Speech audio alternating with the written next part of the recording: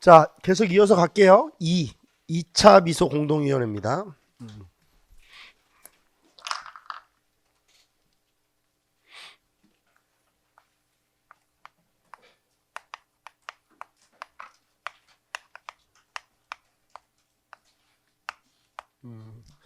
이 2차 미소 공동위원회는 47년 3월에 개최가 되는데 뭐라고 해야 되지? 그냥 결렬돼요.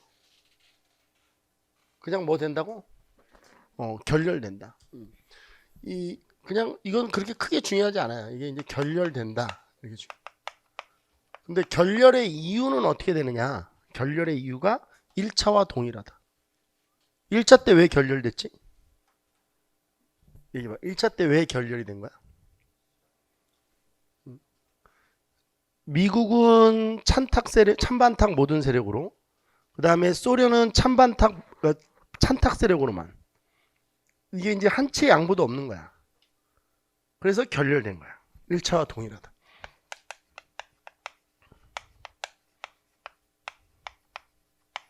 그러면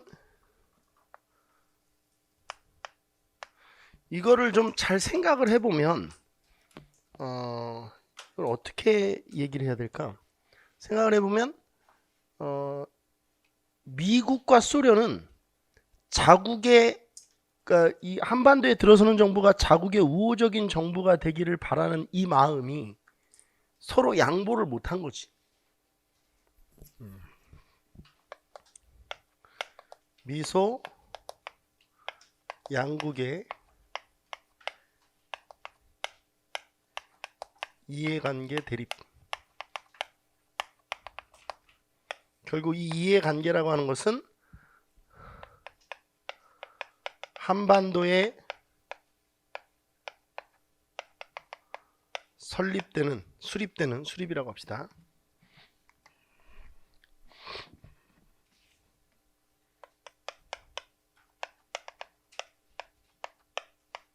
수립되는 정부가 자국의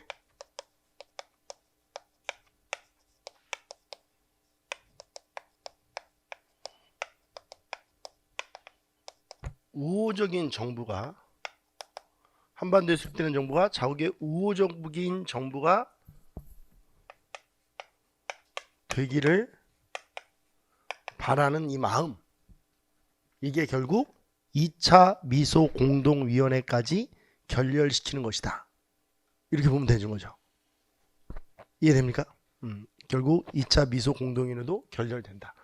그리고 이게 이제 결렬이 되니까 어떤 문제가 생기냐면, 이 미국은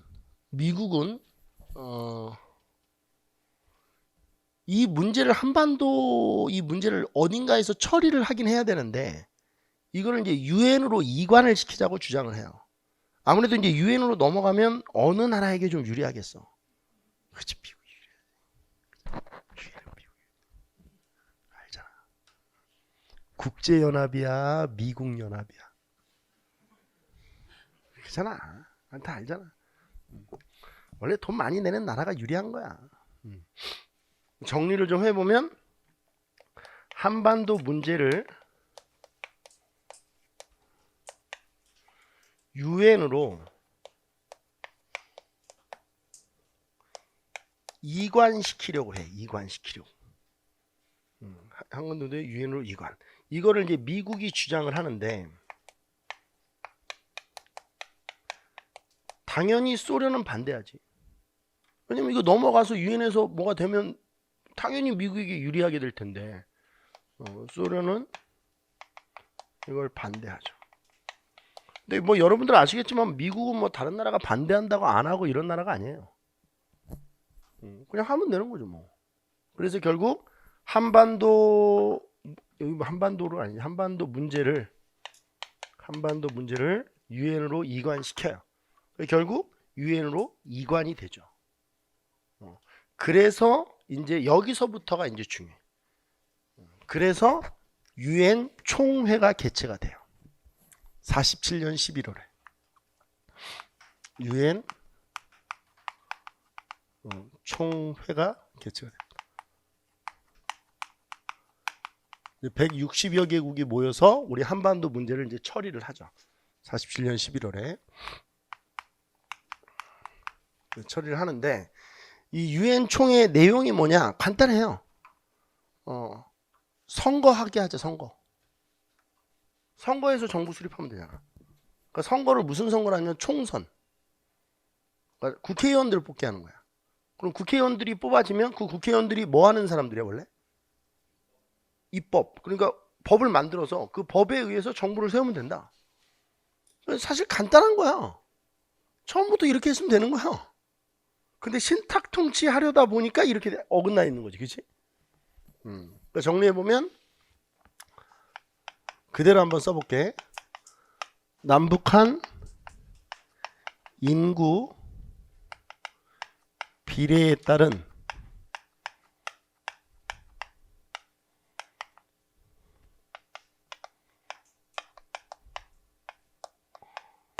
총선 실시.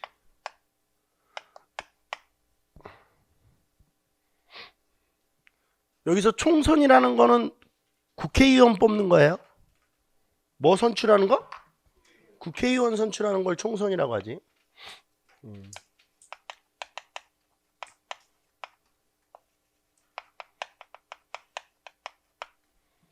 근데 이걸 나중에 이제 이걸 듣고 소련이 거의 기절하거든. 이 개새끼들 이러거든. 왜 소련이 기절했을까? 열받았을까? 이게 이렇게 하잖아. 그럼 우리 지금도 그러지. 국회의원 선거할 때 뭐 예를 들어서 인구 몇만 명당 한 명씩 대표를 선출하는 거 아니야. 그럼 이때 당시에 남한의 인구가 많아, 북한의 인구가 많아? 남한이 훨씬 많지. 농업 국가인데. 근데 남한에는 지금 미군정이 실시되고 있었지. 그럼 미군정이 실시되면서 사회주의 세력은 탄압을 많이 받았거든. 그러니까 남한에는 사회주의 세력이 거의 없어. 그리고 위에는 당연히 이제 소군정이 실시되면서 또 민족주의 세력들이 탄압을 많이 받았거든. 그 위에는 이제 민족주의 세력이 거의 없어. 그러면 예를 들어서 이렇게 인구 비례로 총선을 실시하면 예를 들어서 200명 기준을 잡았을 때 남한에서는 130명 정도의 국회의원을 뽑고 북한은 70명 정도밖에 못 뽑아. 그럼 북한은 절대 불리하지. 그래서 소련이 지랄하고 있네 이랬던 거야. 그러니까 역시 유엔은 미국 편이야. 다 알고 있는 거지. 왜 또 이런 얘기 하지 마? 근데 재밌잖아. 재밌지 않아? 유엔은 미국 편이야. 이런 거 재밌지 않아?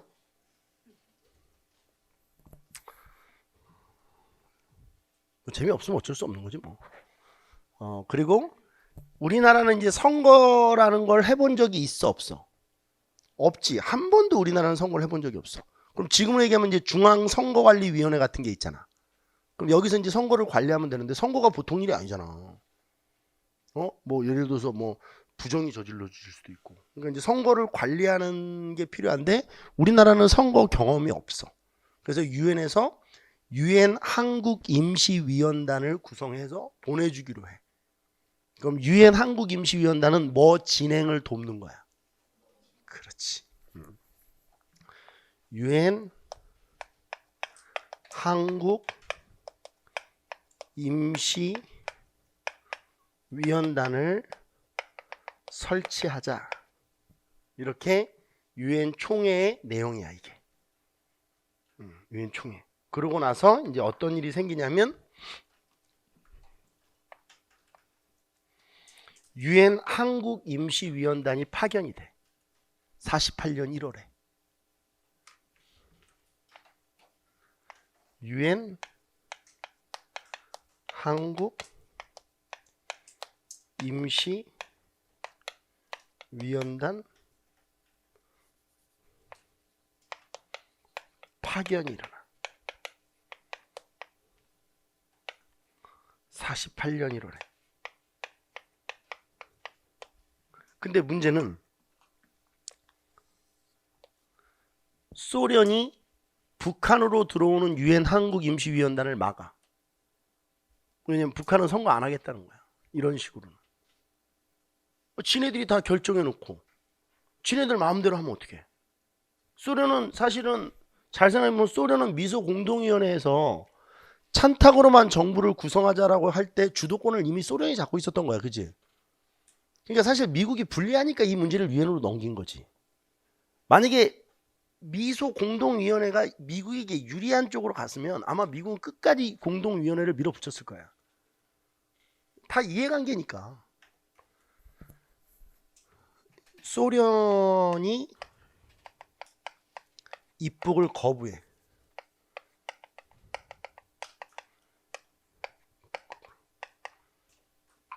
그러니까 유엔 한국임시위원단이 다시 철수를 해. 이대로 이제 이거 할 수가 없는 거야. 그래서 유엔 소총회가 열려.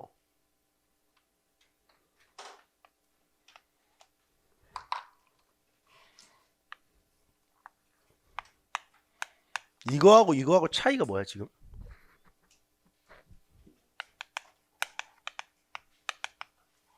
이건 뭐야? 이거는 구분해야 되겠어? 안 해야 되겠어? 해야 될 것 같지?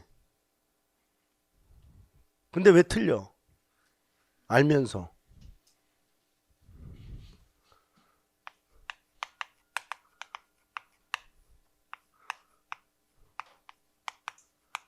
유엔 소총회가 개최돼.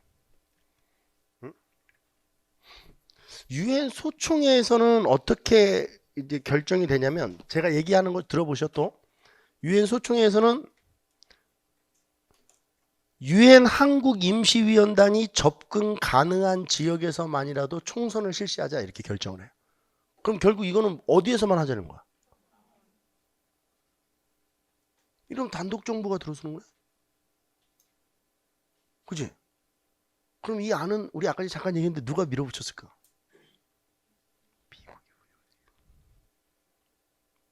그렇게 낫다니까. 그게 나쁘지 않다니까. 미국의 입장에서는 단독 정부 들어서는 게.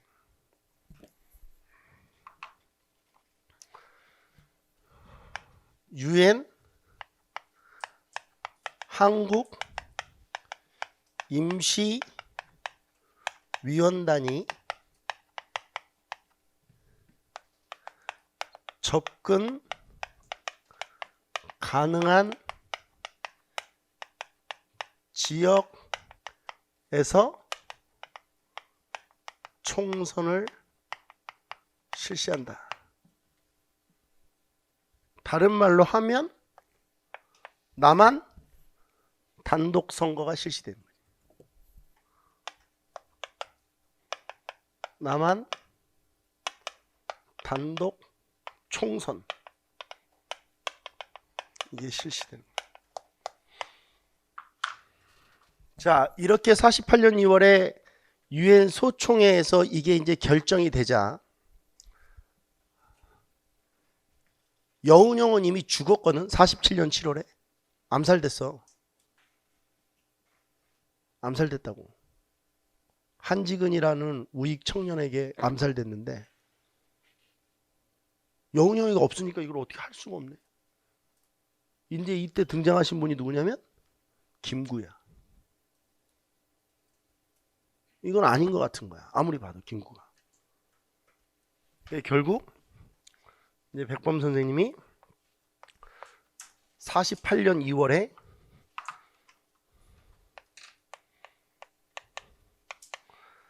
(3천만) 동포에게 읍고함이라는 글을 써요.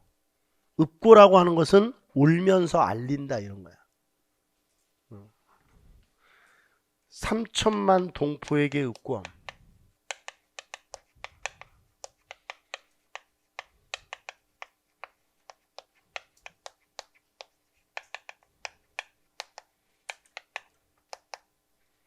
이거 이제 김구 선생님 쓰셔. 내용은 어떻게 되느냐? 읍고의 내용은 38선을 베고 쓰러질지언정 단독 정부를 수립하는 데는 협력치 아니하겠다. 그리고 민족을 배신한 단독 정부 수립 세력 내가 좌시하지 않겠다. 뭐 이건 이승만에 대한 선전포고야. 근데 여기서 이제 잠깐 스톱인데,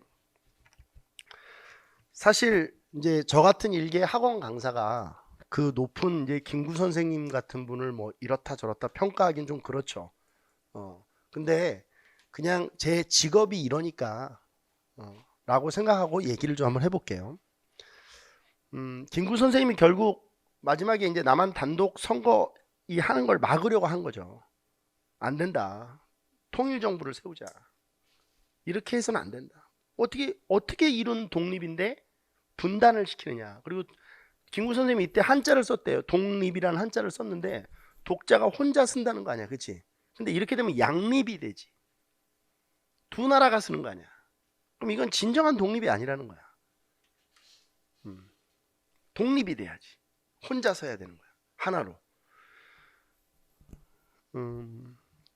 제가 얼마 전에 이제 저희 어머님이 돌아가시는 바람에 제가 어머님 이제 집 정리들을 이렇게 막 하는데, 그 전에도 제가 우리 본가에 가서 제가 그걸 봤는데, 저희 어머님이 제 어렸을 때 이제 상장이나 이런 걸 다 모아두셨더라고요. 하나도 안 버리시고. 네, 그걸 보는데 그냥 눈물이 너무 나는 거야. 네, 이거 이제 이 양반이 그냥 보고 또 보고 그랬겠지. 근데 이제 거기 보니까 제가 초등학교 5학년 때 전국 100일장에서 대상을 받았더라고. 전국 100일장에서. 5학년 때부터 6학년도 아니고. 근데 그게 이제 김백범일지 그 독후감이었는데,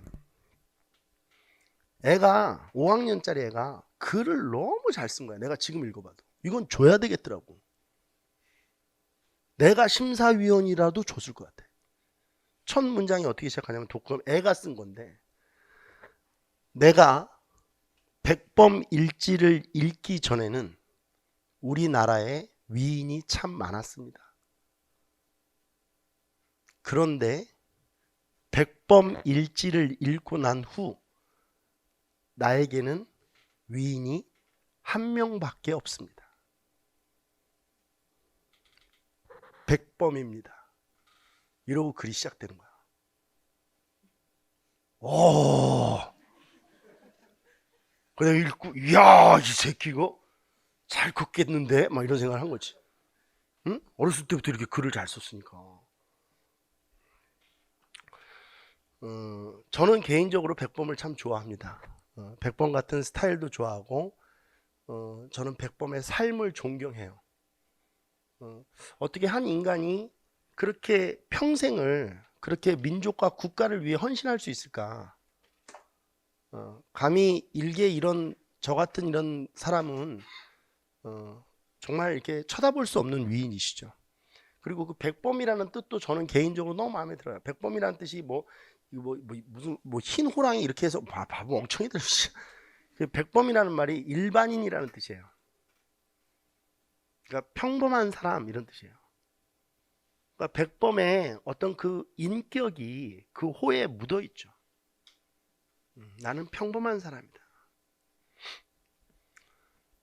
근데 이제 제가 왜 갑자기 이 얘기를 이렇게 꺼내냐면, 좀 안타까운 게 있어요. 도대체 왜 이 백범은, 왜 여운형이 좌우합작위원회 이런 거 할 때 왜 도움을 안 줬을까? 좌우합작위원회 같은 경우도 여운형과 김규식이 들어가 있잖아요. 그렇죠?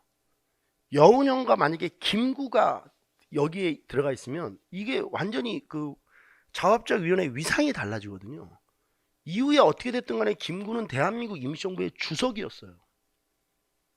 그럼 이분이 어떤 정치 포지션을 갖느냐에 따라서 실제로 많은 정치 상황이 변했을 텐데, 도대체 왜 좌우합작 운동에 이렇게 늦게 뛰어들었을까? 여운형이 할 때 힘을 실어줬으면 더 좋았을 텐데. 그리고 남한에서는 이승만에 대한 어떤 대항 세력으로 김구만한 인물이 없었거든요. 제가 농담으로 얘기하는 게 아니고 제가 이렇게 역사를 배우면서 느낀 건데, 이승만은 정치인이에요. 독립운동가가 아니야. 그 사람은 대통령이 되기 위해서 살았던 사람이야. 근데 김구는 독립운동가거든. 그분은 분야가 다른 거야. 이승만의 꿈은 조국 독립이 아니야. 대통령이 되는 게 꿈이었던 사람이야. 김구의 꿈은 독립이지. 좀 안타깝다. 그리고 이 김구가 가지고 있는 아킬레스건이 이제 학력의 아킬레스건인데, 이승만은 뭐 하버드 이런 데서 뭐 학위를 받은 사람이니까 굉장히 대단한 사람이죠. 대단한 사람이기는. 근데 거기도 이제 좀 문제가 있긴 한데, 아무튼 뭐 대단한 사람이에요. 근데 이 학력의 아킬레스건을 김구가 이승만 앞에서만 서면 항상 뭐 요 이제 우남인데, 우남 선생님 얘기대로 하십시오. 김구가 항상 이랬대요. 그러니까 뭔가 좀 이게 학력에 대한 컴플렉스가 있었던 거는 같아요. 우남 앞에 서면 김구 선생님도. 근데 제가 글을 읽어보면 백범의 글이 너무 좋거든요. 그러니까 이 머리는 학력과는 아무 상관이 없는 거야. 사고하는 거 이런 거. 아무 학교를 안 나와도 나는 김구가 훨씬 더 똑똑해 보이거든요. 이승만보다. 근데 왜 김구는 좌우합작 활동을 하지 않았을까?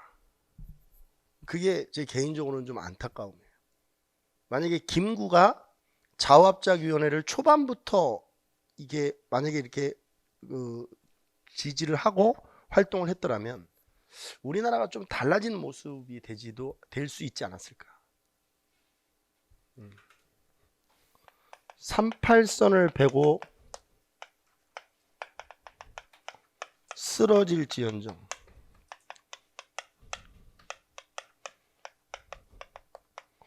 단독 정부를 세우는 데는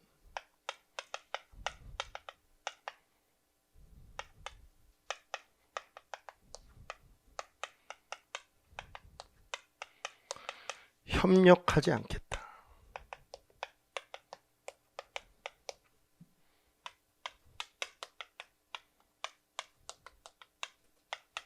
그러니까 이 얘기가 뭐냐면 좌우 모든 세력으로부터 공격을 받더라도, 그러니까 38선을 베고 쓰러질지언정, 이게 그 얘기야. 내가 좌우 모두에게 공격을 받더라도 단독 정부를 세우는 데는 협력하지 않겠다.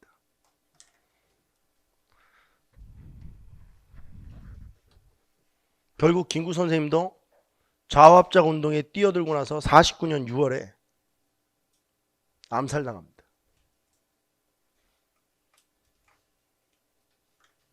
그러니까 이게 문제인 거죠. 우리나라는 지금도 뭔가 통일을 하자, 좌우합작하자 이러면 그 이데올로기에 미쳐 있는 사람들이 이 사람을 가만히 놔두질 않아요. 그러니까 우리나라 사람들을 내가 잘 지켜보면 민족과 국가 위에 이데올로기가 있어요. 그러니까 대한민국보다 반공이 더 중요한 거야, 그냥. 참 가슴 아파요. 김구 같은 분의 죽음은 정말 가슴 아픕니다.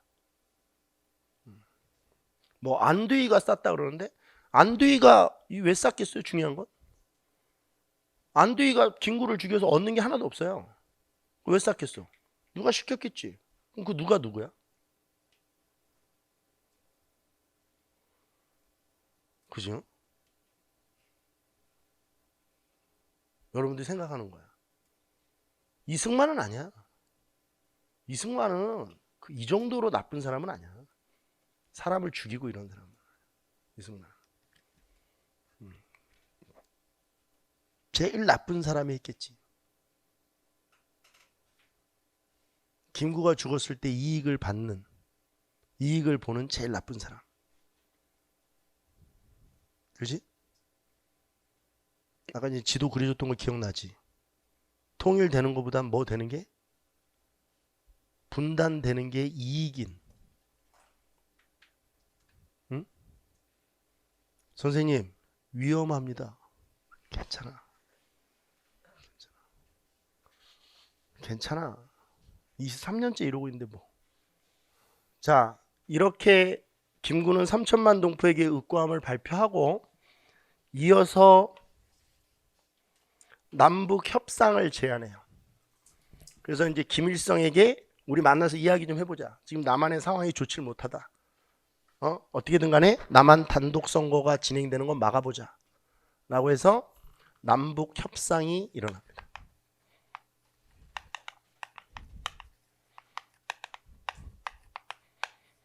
이게 48년 4월이에요. 그리고 김구,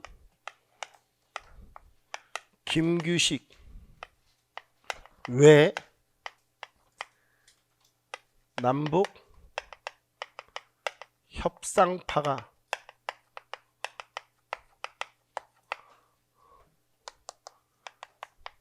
평양 방북을 합니다.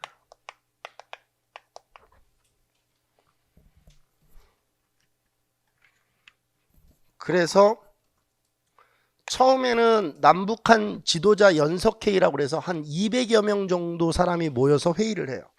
그러니까 뭐 반대하는 정치 세력들, 뭐 반대하는 정치 세력들이야 다. 단독 정부 세우는 거 반대하는 사람들. 이 사람들이 모여서 연석회의를 한다고. 이게 남북한 지도자, 남북 지도자 연석회의야.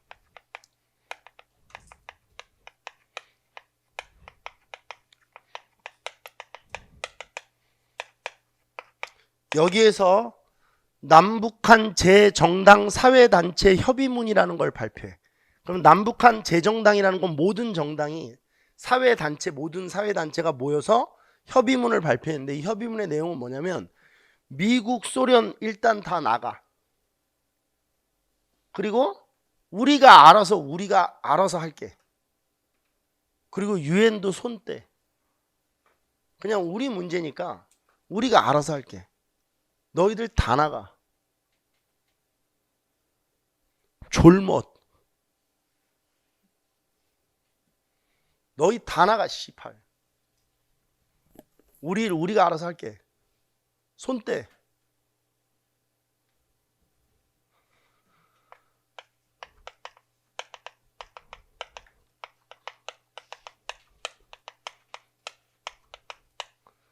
아 진짜 씨알 제발 관심 좀 끊었으면 좋겠어 우리 문제. 이건 지금 제가 독백한 거예요. 응? 제발 관심 좀 끊었으면 좋겠다 우리 문제. 일본도 그렇고 중국도 그렇고 미국도 그렇고 제발 좀 관심 좀 끊어줬으면 좋겠어. 우리 알아서 좀 할게. 우리가.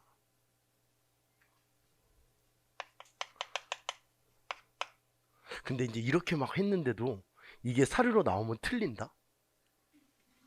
내가 지금 얘기했던 말 있지? 이 말이 이게 사료인데 그지?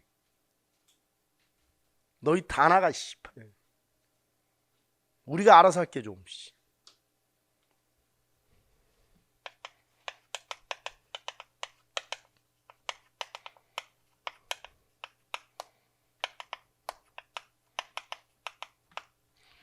그리고 이후에 사자회담이 열려요.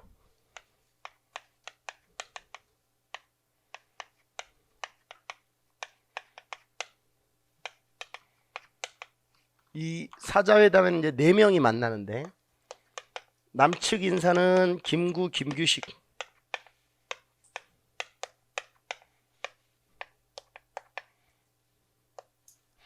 북측 인사는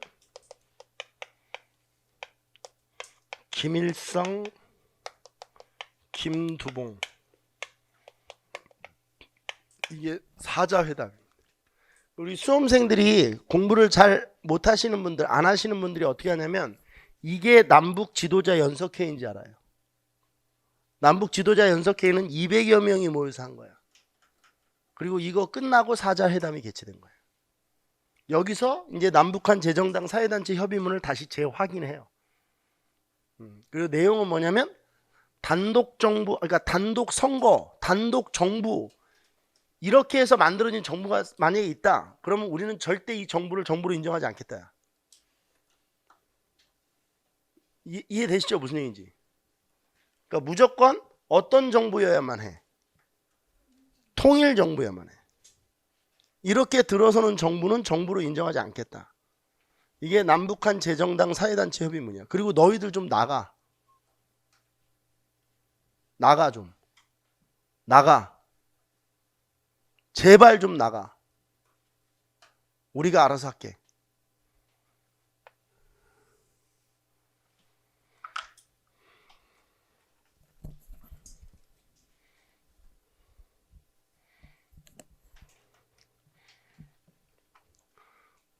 (1948년 5월 10일) 남한 단독 총선거가 실시됩니다.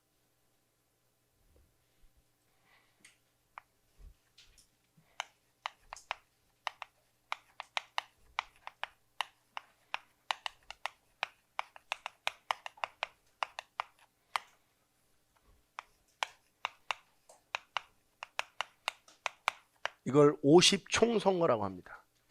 그래서 재헌 국회가 만들어집니다. 재헌이라는 거는 이 국회의원들이 뭐를 만든 국회의원들이에요? 헌법을 제정한.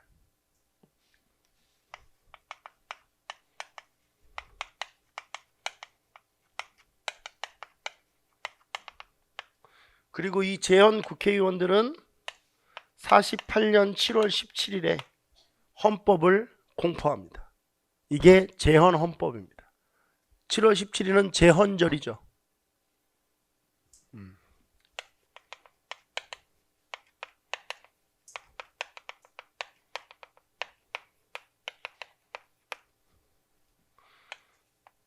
(8월 15일) 이 헌법에 의해서 대한민국 정부가 수립됩니다.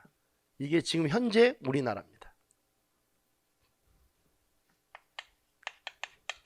헌법에 의해서 대한민국 정부가 수립됩니다.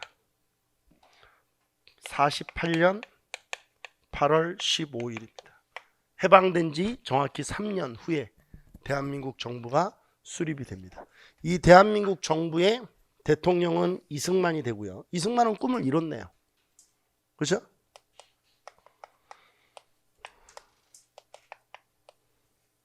이승만이 되고, 부통령은 이시영 선생이 부통령이 됩니다.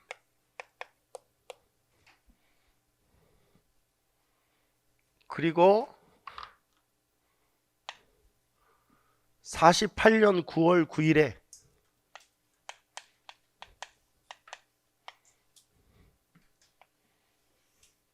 조선민주주의 인민공화국마저 수립되면서 우리나라는 지금까지 오게 됩니다.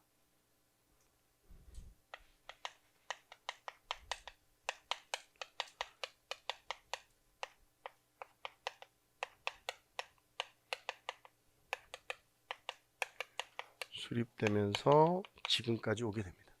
그리고 제일 중요한 거는 48년 12월에 유엔에서는 대한민국만 한반도의 그러니까 공식 정부로 인정을 해요. 그러니까 북한은 인정하지 않았습니다. 왜냐하면 어떻게 됐든 간에 유엔 측 입장에서 보면 대한민국은 유엔의 어떤 권고 사항에 맞춰서 정부를 세운 거죠. 그러니까 유엔에서는 한반도의 합법 정부는 대한민국이다. 이렇게 해서 인정을 하고 발표를 해요. 유엔에서 대한민국만 합법 정부로 승인한다.